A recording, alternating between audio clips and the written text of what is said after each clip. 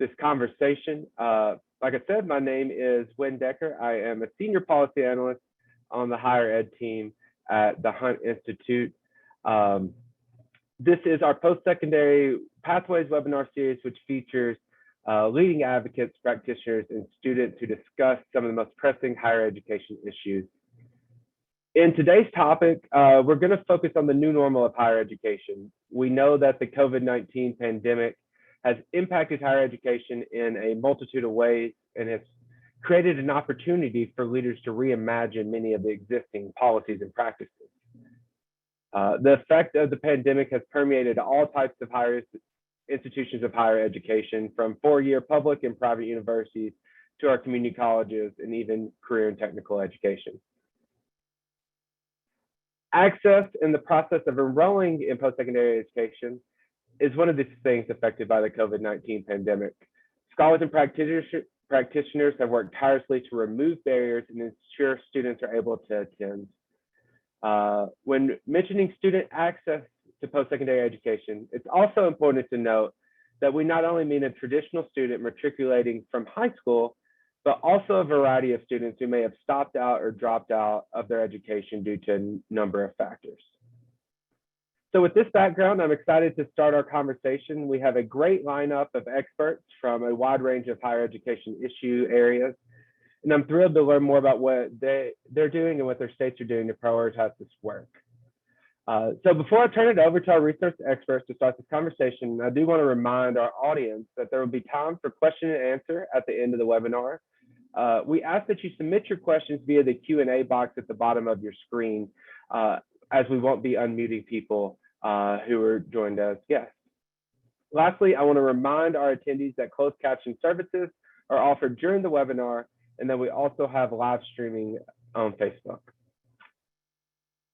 So with that, I'll turn it over to our first panelist, Ginger Ostro. Ginger is the Executive Director of the Illinois Board of Higher Education. She joined IBHE to be a champion for equity in higher education and improve the state post-secondary attainment, especially for people of color, low-income students, and rural students. Ginger, can you tell us a little bit more about your role at IBHE and give us an overview of some of the access challenges Illinois is facing? Hi, thank you so much for having me today. So just a little bit about the Board of Higher Education. It is a state agency created to coordinate higher education, or as the founding documents put it, it was formed to coordinate and otherwise bring harmony to the disparate boards and institutions of the state system. And I love that idea that coordinating is bringing harmony. And what does that mean? What do we actually do? We're responsible for strategic planning for the state for higher education, putting together the budget recommendations for higher ed, approving academic degree programs, degrees and programs, administering a series of grants, and also providing data, research, and policy thought leadership for higher education. So let me focus a little bit on the data, because I think that really sets the context, I hope, for the rest of our conversation. First, and I'm sure everyone will talk about this and everyone who's listening knows, more and more jobs require a degree or credential past high school. In fact, estimates are for Illinois, 60 to 70% of jobs will require some kind of post-secondary degree or credential by the year 2025. Yet when we look at the data in Illinois, we see real equity impacts or disparate impacts. 47% of white adults in Illinois have a college degree, an associate's or bachelor's degree, yet only 29% of African-American adults do, and 20% of Latinx adults do. So you can see immediately those equity gaps. Looked at with a different equity lens, 30% of rural adults in Illinois have a degree, while 45% of adults from non-rural areas have a degree. Plus, as we look at the data further disaggregated, we see more disadvantages throughout the system. So undergraduate enrollment between 2013 and 2019 dropped 34% for African Americans, while it dropped 26% undergraduates. And this is before the disparate impact of COVID is even showing up in the data. So we know we have real challenges there. African-American students, as our data shows, are more likely to be placed in developmental education and less likely to have had access to early college experiences than white students. And as when you put all this together, there's significant gaps in the rate at which institutions graduate or complete African-American students at 20 to 30% percentage point gaps between African-American students and white students. For Latinx students, enrollment has increased during the same time frame, but we still see a 12 to 20 percentage point gap in the rate at which institutions complete Latinx students. Looking at another equity lens, low-income students, we see a 33% drop in enrollment for low-income students compared to a 15% drop for non-low-income students. And then again, we see those completion rate gaps that persist over time as well. That's why we're really focused on and emphasize the need to close equity gaps. And that's really the core of our new strategic to talk about a little bit later in the panel. But for me, grounding things in the data, what's actually happening, what are we seeing in the data and students' experience is the start of the conversation. Great, thank you for that, Ginger. We will look forward to hearing more about that strategic plan, and thank you for some of those statistics. I know at the Hunt Institute, it's important that we're closing some of those equity gaps, so we love hearing some of our partners explicitly name it and work to end those gaps. Great. Well, I look forward to introducing our second panelist. Michelleiguedos is the president and the president for the Campaign for College Opportunity, which is a California-based nonprofit advocacy and research organization, ensuring more students go to college and succeed. Michelle, will you tell us a little bit more about your work at Campaign for College Opportunity and the way you all prioritize access in post-secondary education? Thank you, Wynn. Good morning, everyone. And Kayla and Ginger, it's good to be here in conversation with each of you.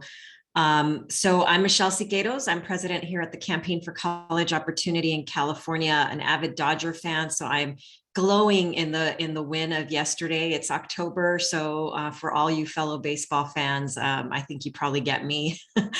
But let me talk about what I'm even more passionate about, and that is, really opportunity for students to be prepared for college, to go to college, and to actually graduate from college. I'm the first in my family to go to college. I grew up here in Los Angeles. I lived in a low-income home with a mom who always gave me everything I absolutely needed. And who really knew that in this country, as an immigrant, there would be many, many more opportunities for me so long as I got an education, and was always very supportive of that. So I'm the first in my family to go to college, to graduate from college. And sure enough, when I got my first job after graduate school, I was earning more money than both my parents combined. And I know that because that year I did their taxes for them. And it's just incredible to me, right? And yet we know that this is true for for all of us who grow up in poverty or don't have access to a lot of wealth and opportunity. Higher education is the pathway for us. So I lead an organization today dedicated to ensuring that promise and opportunity of higher education exists for others.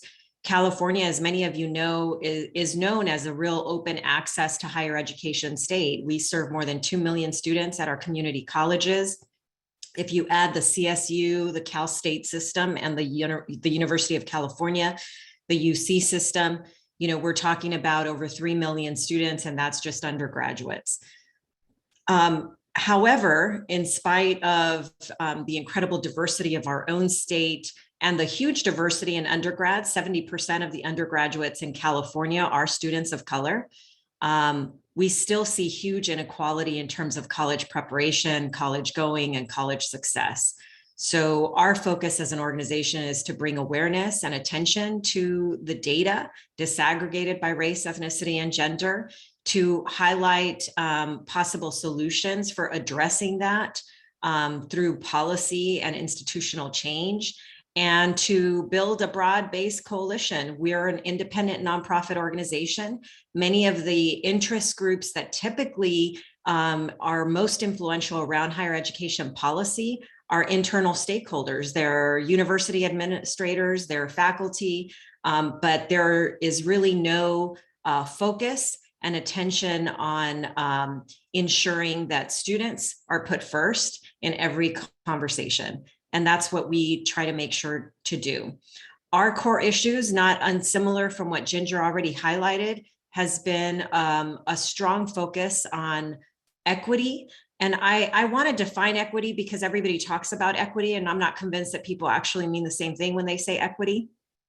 So equity for us means that the color of your skin, the gender that you assign to yourself, make no difference. The income that you come from, the zip code that you live in, makes no difference in terms of the real opportunity that you get to go to college and succeed, because the supports are there.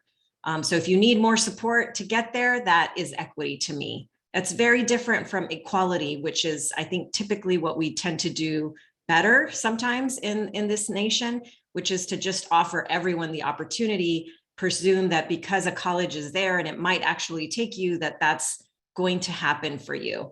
We know that that's not true for low-income students. If there's no financial aid, the opportunity of a college, getting an admissions letter from a college means nothing if you can't afford to get there.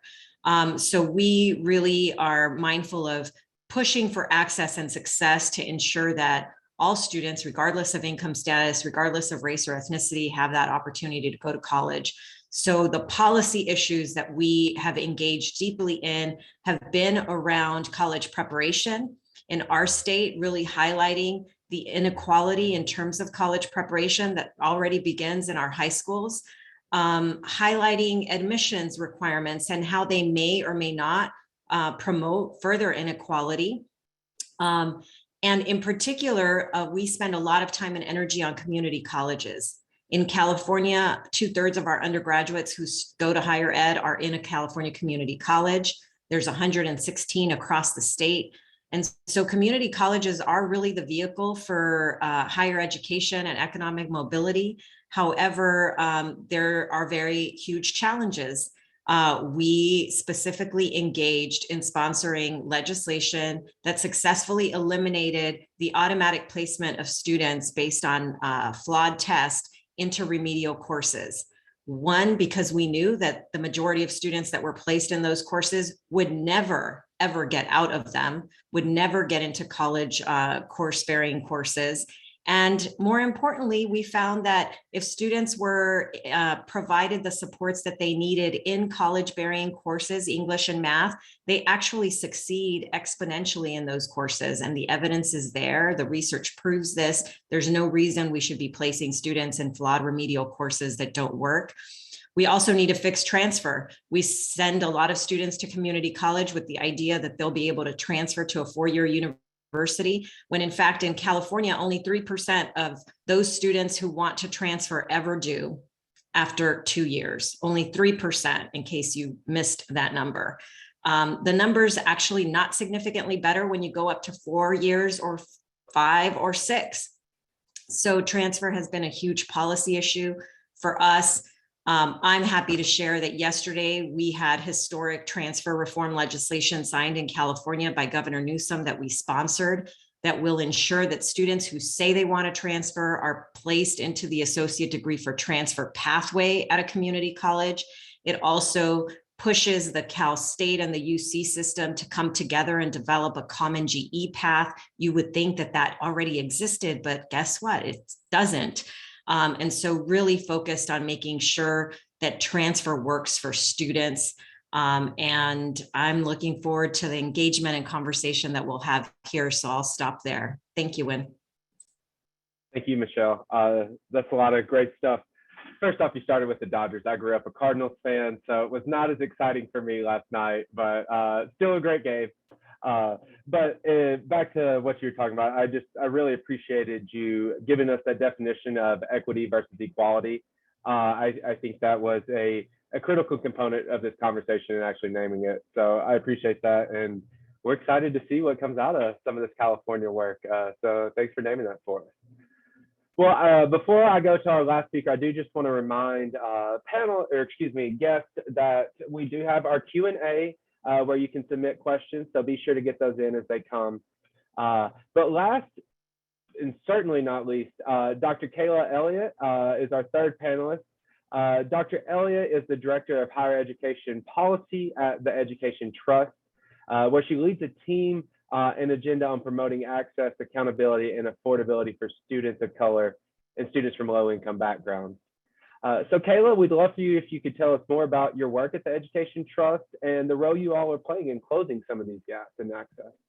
Yeah, sure. Thank you. And huge thank you to both Ginger and Michelle for starting us off for sure. And for that great definition on equity versus equality for sure. So as Wynn said, at the Education Trust, we work on the higher education team, we work pretty broadly in 3 lanes: higher education access and success, accountability, and affordability. I've been on the team for almost 3 years now, and it has been an absolute pleasure to know that I'm working at a place that is centered in equity, is centered in racial justice, and is centered on what is best for students. I think we, as an HBCU advocate and alum, I feel a pull to advocate for institutions as well, but it is really those institutions that are serving students' best interests. So always keeping it focused on what is best for both students of color and students from low-income backgrounds for sure. So I'll tell you all a little bit about our work at the Ed Trust on higher ed policy team. When it comes to closing disparities and inequities in access for students of color and students from low-income backgrounds. I think pretty broadly, we focus our work on the both practices and policies that are necessary to increase access pretty broadly. And I can go into that, but I really want to preview for you all some of the work that we have coming up, which is around 2 specific sectors of students, and that's justice impacted students who are either currently or formerly incarcerated, and undocumented students. So we've got 2 really awesome reports and toolkits coming out within the next few months, focusing on the barriers to access across states. In our justice work, we'll be looking at 8 states and asking, what are those barriers to access for justice impacted students? And it really, when you drill down at that level, is not just about, does this person have access to the Pell Grant, which we know will happen very soon as a result of congressional changes last year, but does that state ban that person who's either currently or formerly incarcerated from even receiving state financial aid? And what does that mean for their access to higher education? Is there a process for them to actually be able to receive their birth certificate and ID so that they can enroll in the institution? Is the institution allowed, are institutions allowed to ask about prior convictions during admissions or after admissions? And so thinking through all the different state level actions and barriers for justice impacted students, and doing a very similar report for undocumented students and whether or not they have access to the institution. There are some states that not only say you don't have access to state financial aid, you also can't even go to the selective institutions in that state if you are not an American citizen, right? So we'll be doing a pretty comprehensive look across states at both barriers and hopefully best practices. For example, we know in Tennessee, every facility has a reentry group that thinks not just about how to support that person in reentering and reconnecting with their family and community, but also what's next for their higher education or their career, and really putting some resources there. So how is the state actually directing resources and providing staff and well-trained folks who can work with these students? So just as an example of how we're really trying to take a very holistic look at access and success, and not just, I think a lot of times we ask, how well are we enrolling students of color, right? And that's our Segregation Forever report, which was released last year, and asked how well are selective institutions doing enrolling students of color. And we can look and say, compared to Ginger and always has great data from Illinois to say, how well are they doing enrolling these students? And what are some of the things that we can do at both the federal, state, and institutional level to remove those barriers to access, whether that's increasing need-based financial aid instead of merit-based aid, right? Or removing, banning the box, which I just talked about around asking about students' prior convictions when they're being admitted, or asking for students' social security numbers and immigration status during admissions rather than during the financial aid process when it truly matters, right? So there are a number of steps and recommendations that Ed Trust has put out on the forefront that can be taken at a number of levels, because we definitely deeply believe there are plenty of changes to make to increase both policy and practice in meaningful ways that gets folks into and through college, for sure. Great. Thank you, Kayla. Sure. A lot going on, and I think in particular, you hit something we're excited about as well, particularly with re-engaging incarcerated students and formerly incarcerated students, particularly the changes in the Pell Grant. We're excited for some of the opportunities that you mentioned that are going to open up. So great. Well, I have one question for each of the panelists, so I will post those and then we'll open up the Q&A, but we'll go back to Ginger. Ginger, you mentioned the Illinois Board of Higher Education strategic plan, Thriving Illinois, and we read in there that it discusses that seamless transition from high school to college and career. But you also pointed out many of those barriers to transitions, such as inequitable access to college experiences and the lack of affordability. So I would love if you could tell us more about IBHE's strategic plan and the ways you're addressing some of these barriers head on. Great, thank you. And I think you're going to hear themes that have come up in what Kayla and Michelle have said kind of over and over again, because I feel like I'm just picking threads of what you said that are included in our strategic plan. So our board adopted a new strategic plan in June. It was endorsed by the Illinois Community College Board and the Illinois Student Assistance Commission. So there's 3 higher ed entities in Illinois, separate from the institutions, but kind of oversight and coordinating entities. The plan is, as Wynn mentioned, is called A Thriving Illinois, Higher Education Paths to Equity, Sustainability, and Growth. So it's really grounded in the idea that we, Illinois, as a state, can't thrive without a strong, equitable higher education system. So in the plan, we outlined 25 strategies, and this is where you'll start to hear those themes coming through again. But they're designed to first close equity gaps for students who've been left behind by the higher ed system. So you've heard me already talk about Black, Latinx, low-income, rural students, and working adults. We know that many others have been underserved as well. Secondly, to focus on sustainability, building a stronger financial future for individuals and institutions, and then growth. Investing in talent and innovation to drive the state's economic growth. So those are the 3 core ideas that are embedded in the strategic plan. So some of the key strategies that we're focusing on in terms of implementation, first, at an institutional level and closing equity gaps, having each institution develop a plan and implement practices to close institutional equity gaps and access persistence and completion. So being really deliberate about what needs to happen at each institutional level. Secondly, on the affordability side, and I think Kayla mentioned this as well, we need to increase investment in our state's need-based aid program, and our plan calls for it to increase to $1 billion over the next 10 years, so an increase of about $50 million per year.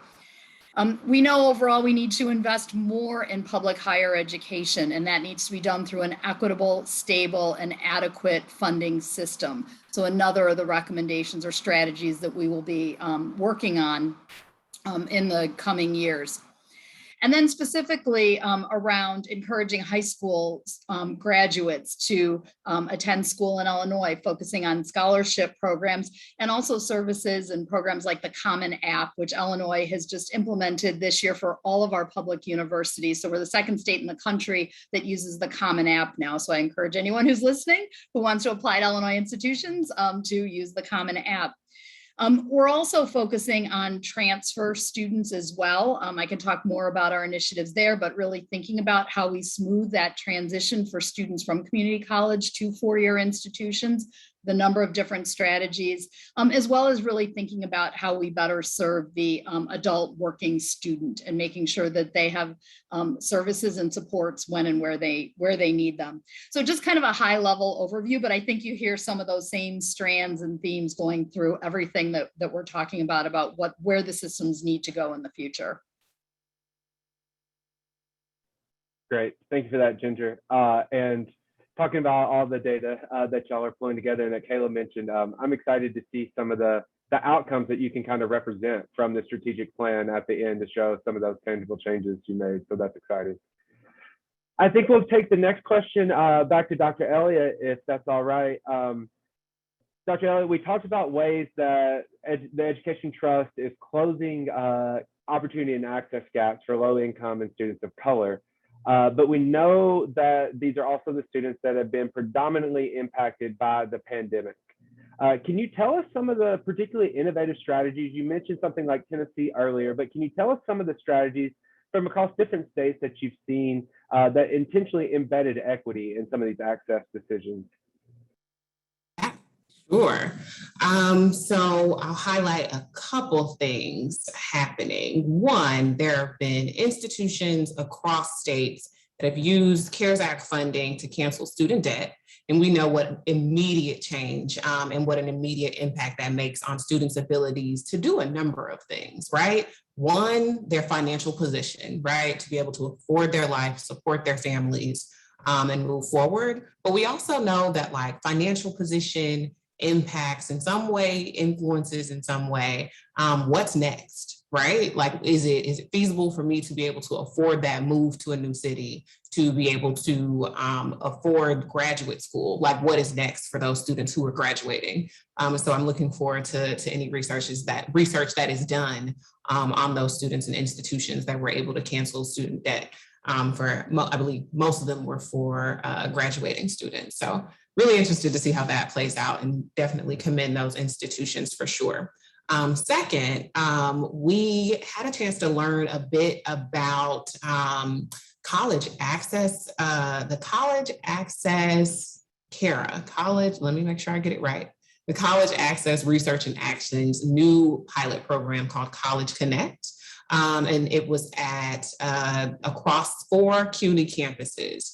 And it's a peer coaching program where they brought on 8 coaches, 2 per each CUNY program. And those coaches are actually students as well. And so it really plays into the impact that students can have and the leadership that students can show in working with one another for sure. So those students were coached by enrollment staff at each of those colleges, and the CARA student coaches worked with students planning to attend their same institution, right? So some of that peer mentoring, sharing directly from my experience. And so incoming students who were coached were 15% more likely to enroll in college, and a recent analysis showed that about 74% of the pilot program participants went on to college last fall. And so as we think about the drop off that we saw in enrollment for students of color, low-income students in certain states, I think it's really important to see how institutions were leveraging everything and everybody during a time of crisis to actually meet with students directly, to have high touch points and to get students the information they need. And I think that's a really cognizant or a really important example there. And then finally, really cannot say enough about financial aid officers ever, right? But particularly right now, cannot say enough about financial aid officers. We did a little digging into professional judgment and put out a quick report last year just to talk through the professional judgment process and what it means.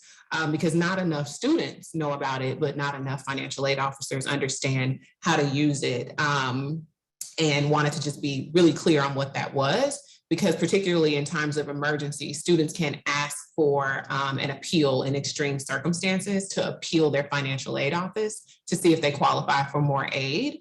And during this crisis and pandemic, we know that that was incredibly important for students to talk about their own job loss, their own like layoffs, their parents, like to have a very robust and current understanding of students' financial position, and not just based on their FAFSA, which was completed some time ago, which is based on data older than that, right? And so we were able to look at the professional judgment process through an equity lens, which is super important, and found that not a lot of financial aid officers were receiving training, right, around diversity and equity and connecting with communities of color, and just the strategies necessary to reach out to students from low-income backgrounds and make the process accessible, right? For sure. And so there wasn't really any publicly available demographic data about financial aid officers or on the outcomes of professional judgment requests, because that training data disaggregation isn't actually required by the Department of Education or the financial aid associations. So definitely think that could be some changes to be made, but we're incredibly excited to see the interest from NASFA, which is the Association of Financial Aid Administrators, to see their interest, to work with them in putting it together, to talk back and forth with them about like their equity needs, about our equity concerns, to hear the changes that they were making. So I think it's not just institutions that are doing good things, but a lot of associations, a lot of people who are coalescing and getting together to say, how do we as financial aid officers, as admissions officers, as like folks in different areas of student affairs, how do we respond to the pandemic and make sure our students have what they need, for sure. Thanks for that, Kayla. The conversation about CUNY and particularly the student coaches, I think is fascinating. And then you absolutely nailed it on financial aid and predictability and affordability. It's such an important, I know we talk about it a lot, but it's such a critical component, particularly coming out of COVID-19. So thank you for that. One final reminder for our audience to submit any question and answers they have at the bottom. One final question for Michelle, and then we'll open it up to Q&A for folks. But Michelle, we know that throughout the COVID-19 pandemic, the Campaign for College Opportunity has shared real-time resources with institution leaders and practitioners to support some of the best practices that have been seen across the nation. I would love if you could share more about how you all are working to re-engage students who have dropped out or stopped out due to a variety of reasons, such as COVID, financial burdens, and other life circumstances that Kayla just mentioned. What are some of the best practices you've seen in re-engaging those students? Thank you, Wynn. And one thing I wanted to just share that I loved that both Ginger and Kayla highlighted is that in answering all of your questions, I think all three of us are focusing in on all of the things that policy, systems, and institutions can do to better serve students. I think oftentimes we really focus on all the challenges students face, which are very real and which we should acknowledge and we should be informed by. But too many times we see folks that sort of use those challenges to say, that's just how things are and we can't do things differently, right? And so what are some of the best practices that we have seen, to answer your question, Wynn, would be that, the pandemic did create an incredible amount of rapid innovation and pivot in higher education. I mean, our institutions went virtual pretty much overnight, right? At a time when most classes were not happening online. All classes went to online. You also saw a realization of the huge inequality that exists across the student body, right? You have college students that didn't even have a laptop. I mean, today a laptop is like is the essential. You have a laptop, that's the pen and paper of the 80s, right? You need a computer to be a functional student in higher education. It's basic. We saw that students didn't have access to broadband. So what were some of the best practices? We saw institutions right away figure out a way to get broadband access to students for free, get laptops to students, set up Wi-Fi, centers in parking lots because students couldn't access the Wi-Fi they needed for classes. You saw emergency aid being distributed in really innovative ways by philanthropy. So a group of philanthropists in California decided to award $500 emergency grants immediately. And they did it in a process that ensured that it wouldn't just be a first come, first serve, which tends to benefit folks that already have some access. They actually created a way to identify who was going to be the most needy of those resources. And you saw colleges eliminate unnecessary hurdles and streamline processes. So for example, in the past, maybe they required, 10 checks or levels of forms to be filled out. All of a sudden, they simplified that or eliminated things like that.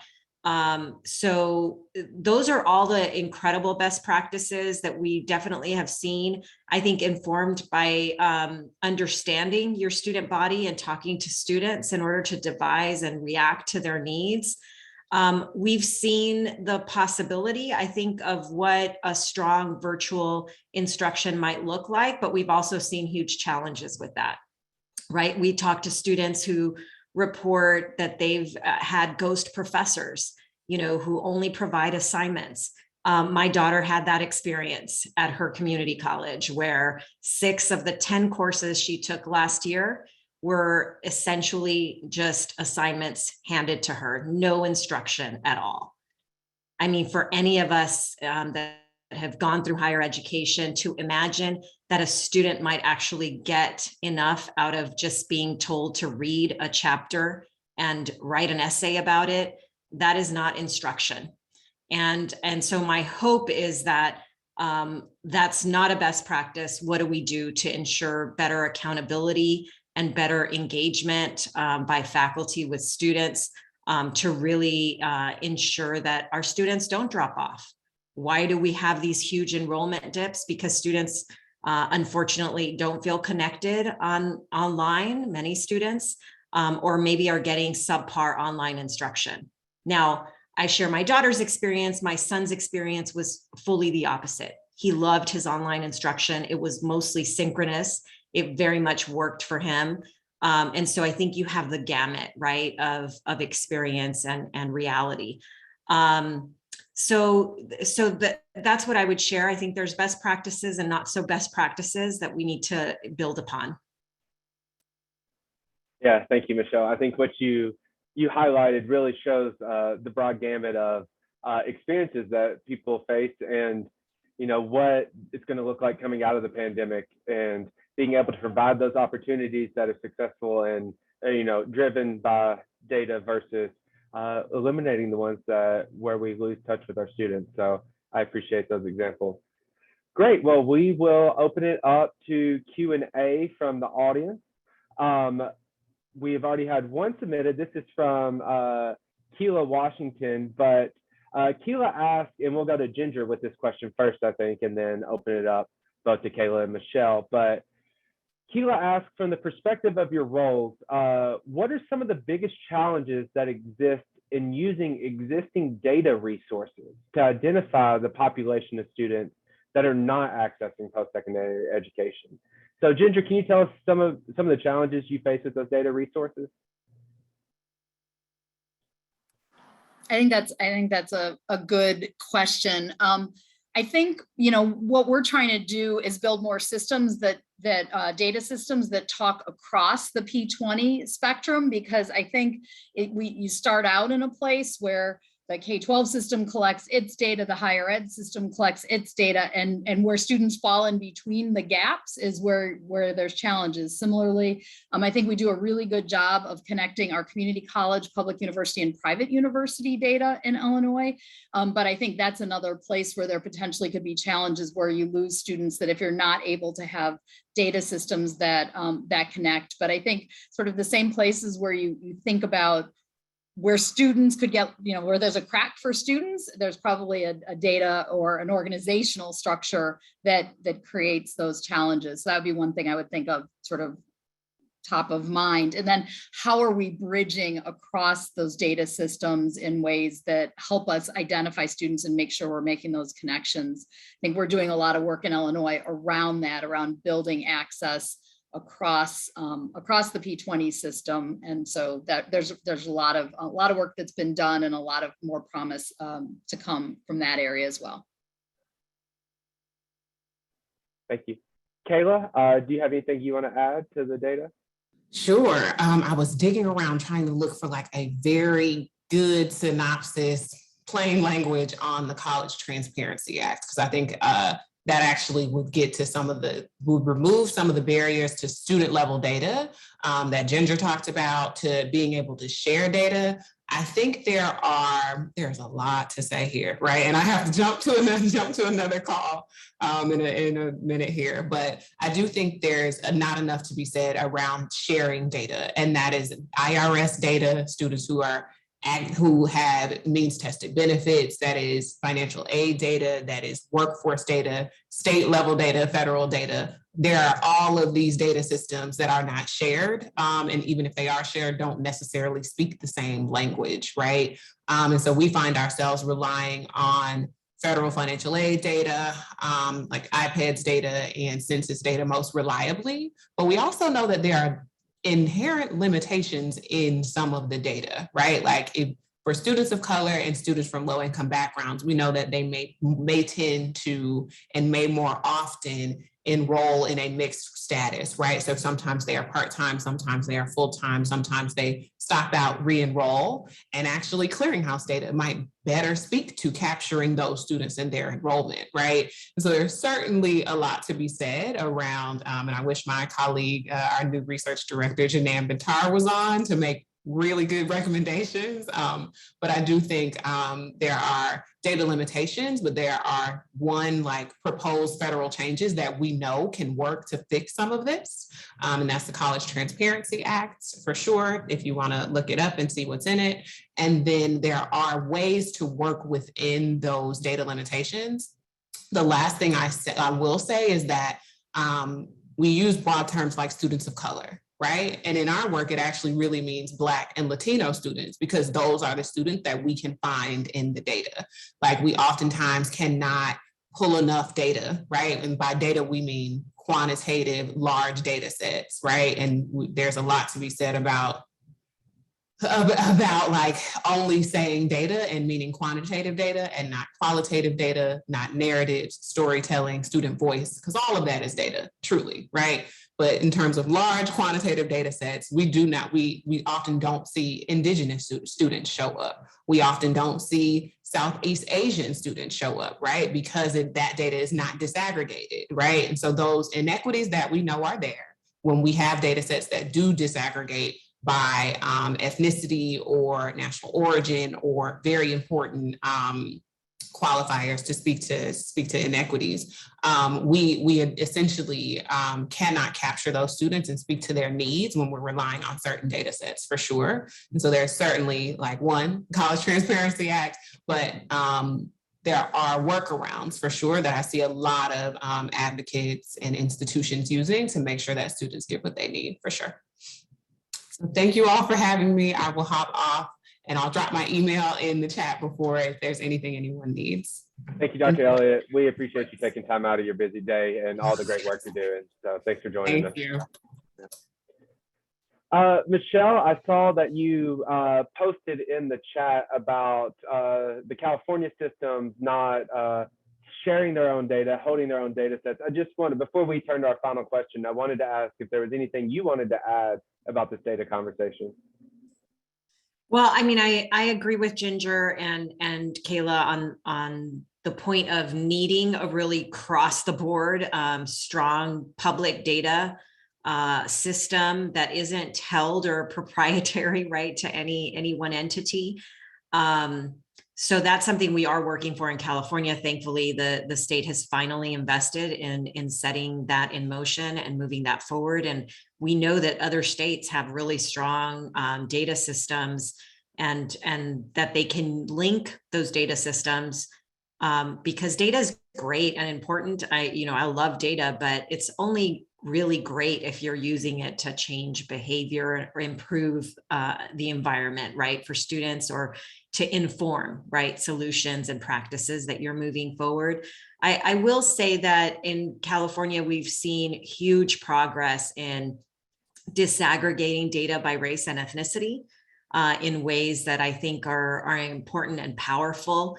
I think we still have work to do to really make sure that we're using that data appropriately, that everybody is counted and seen, that we also don't forget that, you know, the data is important, but these are real students behind the data, right? That we are talking about real experiences and challenges that young people and older adults who want a college education are facing.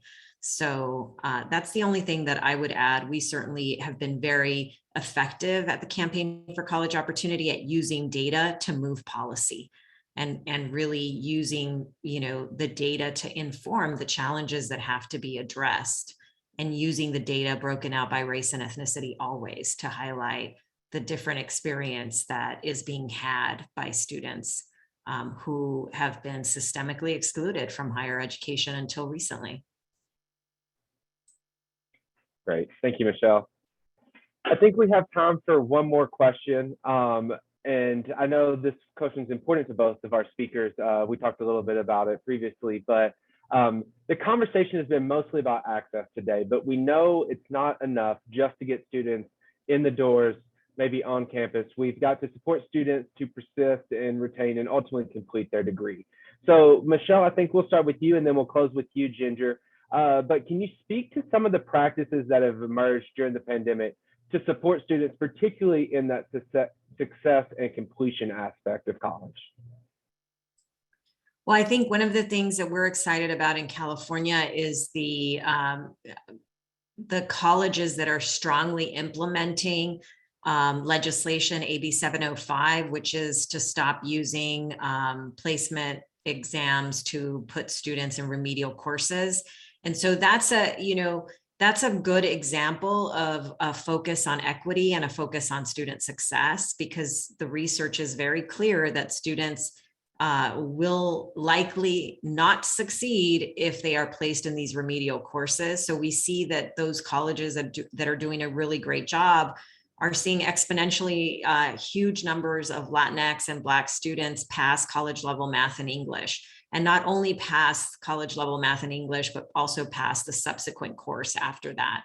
And so that is really good progress. It's important because we want to make sure, if we're talking about retention, that we don't discourage students who feel like their journey to getting to the university or getting that degree is too long, right? Because they're stuck in these courses. That's not why they went to college. Nobody goes to community college to be dumped in another math class, right? So I think that's important in terms of like improving the time to degree for students, and it's an incentive to really hold on to students that's necessary. So that gives me a lot of hope in the midst of the work that we're doing, and also improving transfer, increasing access to financial aid. We saw huge investments in California to financial aid. We invest in financial aid based on need, and that's critically important. And recently the governor has expanded access to the Cal Grant, eliminating the age requirement, which really kept out older adults who are low income from accessing financial aid. I think those are all really good examples of ways that we can do things better to better serve our students. Great, thank you. Ginger?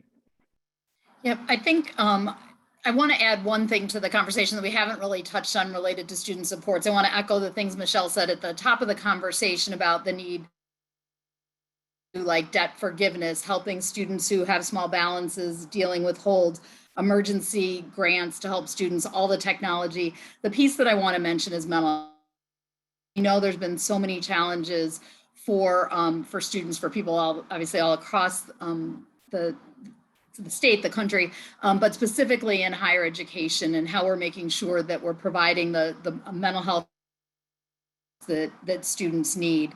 One of the initiatives that Illinois folks came together around, led by, we have a P20 council, a pre-K through post-secondary to career council made up of stakeholders from across the system, came together last fall to develop a guide. It's called the Learning Renewal Guide, that's focusing on best practices, strategies that education organizations, school districts, early childhood programs, higher ed institutions, and others can use to focus both on academic supports, but also social emotional support. So really identifying a set of strategies that people can use to meet the broad needs of students. And, you know, again, all of the things that we've mentioned, adding the social emotional, but the housing, the food insecurity, all of the things that we saw.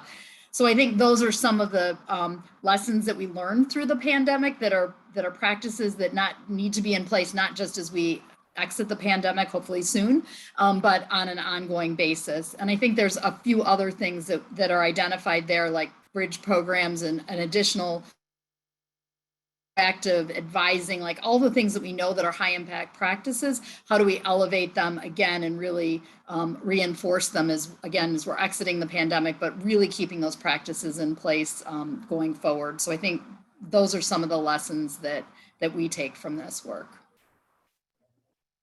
Yeah, thank you for that, Ginger. We definitely don't want to miss the mental health support services that are needed, particularly during the pandemic. And were needed before it, but have really been highlighted as we've entered into the pandemic and hopefully are starting to move out of it. Well, we're finishing up. I know we've touched on a lot of topics. I wanted to give each speaker just 1 minute, 30 seconds or so. Any final things that we didn't hit on that you think are important to this conversation today that you want to add?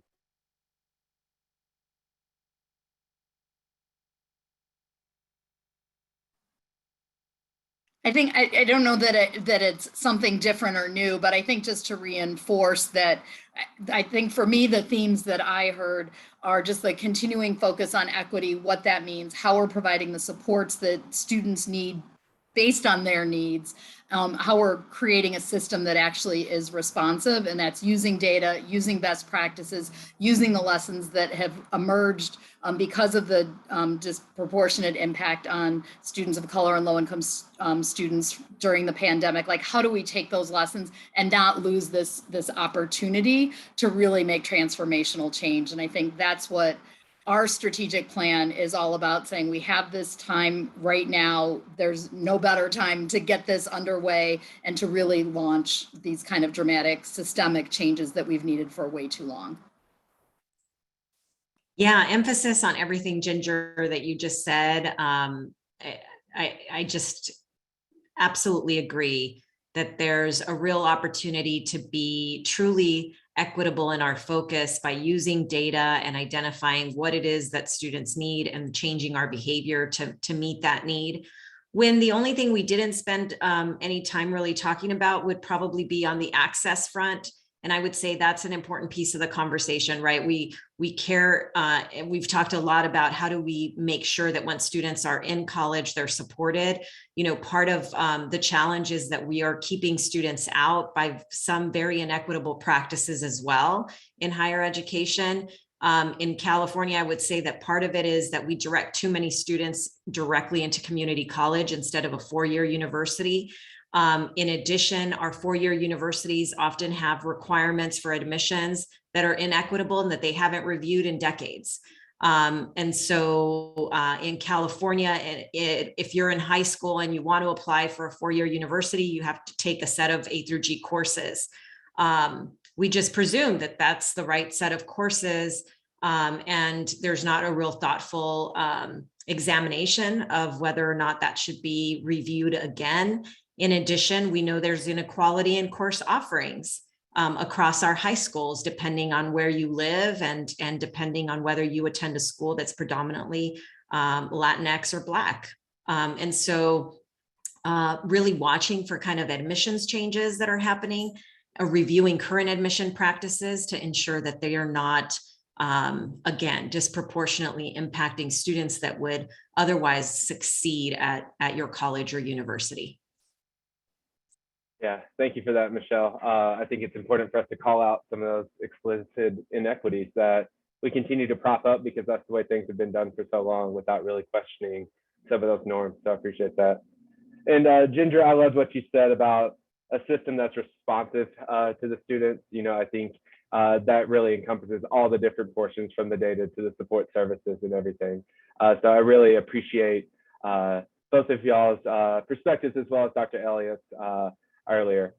Well, great. We will wrap up. Again, I want to say thank you to our panelists. You were absolutely amazing. I think you gave us so much to think about and really show the various ways we're tackling some of these issues from different perspectives, because it takes all of us, and we know that this work is not done, that it continues to change and evolve, but we're all out here to support students and give those opportunities for everyone to have access and ultimate success in post-secondary education. So I appreciate that. I do want to share my screen and just let you know of some upcoming webinars that we have coming up at the Hunt Institute. So this coming Thursday, October 14th, a week from today, we will have our homeroom series with education leaders supporting community partnerships at the state level. So you'll hear from both state level K-12 officials as well as those at the community level. And then Tuesday, October 19th, we have the next session of our Race in Education webinar series called If You Listen, We Will Stay. Well, talking about how to hear students' stories and actually understand what they're saying and where they're coming from so that we can better support them. And then Thursday, October 21st at 3 p.m. Eastern Time, we have our Emerging Priorities in Education, talking about closing the skills gaps through online learning. You can follow us on Twitter at the Hunt Institute to stay up to date with all our work. And you see the link to the upcoming webinars at the top of the page. One more time, I just want to say thank you to our panelists, Michelle, Ginger, and Kayla. You were great, offered us a ton of things to think about, and we look forward to continuing to work with you. If panelists have, or excuse me, if audience members have questions, feel free to either send those my way and I will get them over to the panelists, or if you feel comfortable and want to put your contact information or anything in the chat panels, that is great as well. But with that, we will close the day. So thank you again. Thank you for everyone for giving us an hour to continue this amazing work. I hope everyone has a great Thursday afternoon and a great Friday. Thank you. Thank you. Bye.